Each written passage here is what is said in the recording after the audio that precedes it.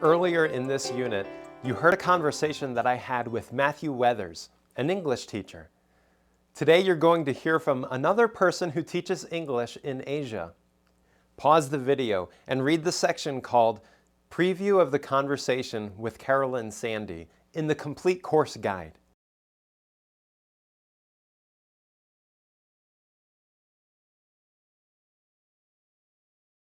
Recently at OnTargetEnglish.com, we have had an emphasis on adventure, learning English as an adventure.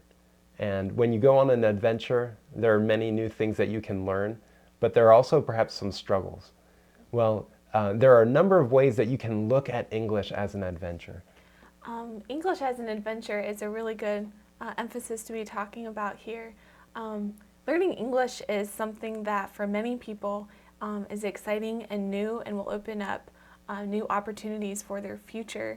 And so just that excitement of learning something new and the excitement of having new experiences definitely makes English learning an adventure. So the excitement makes it an adventure.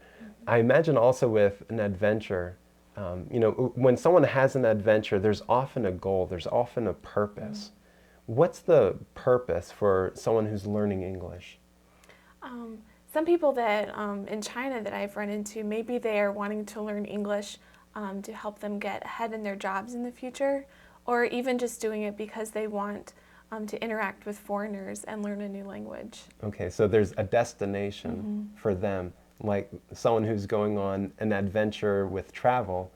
There's a destination for an English learner, and maybe that goal is a change in their job situation or a change in their possibilities, their opportunities.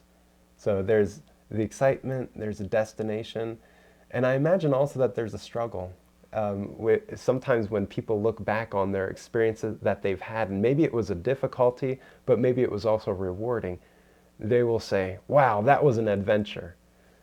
I imagine that someone who's trying to learn a language that will encounter some difficulties, but there are also some rewards. What are some of the struggles or frustrations that you have seen with students, your students that you have had? What challenges are present for them specifically as they're trying to learn English?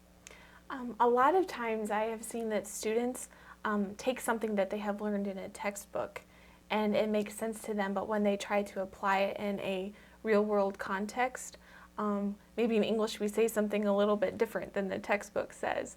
And so just that adjustment from taking something they've learned in a textbook and applying that in a real-life setting can be a challenge for them. Also with an adventure, it's helpful often to have a guide, someone who has been there before. Now, some English learners, especially English learners who are looking to improve their English skills online, don't have an English teacher to help them. Sometimes they look to those who are teaching through video, like on our website, or looking at English teachers who blog as a teacher for them. And so not everybody has an English teacher. Some may have a guide, some may have a tutor. And so I imagine also there would be another similarity. And just as someone who wants to go traveling may have a guide to help them reach their destination, someone who teaches English might also be a guide to help them to improve their English.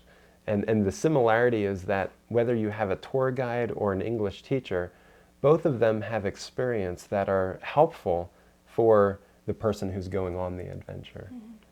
To test your listening, answer a question about this conversation in the Complete Course Guide. See the section called Test Your Listening About the Conversation with Carolyn Sandy.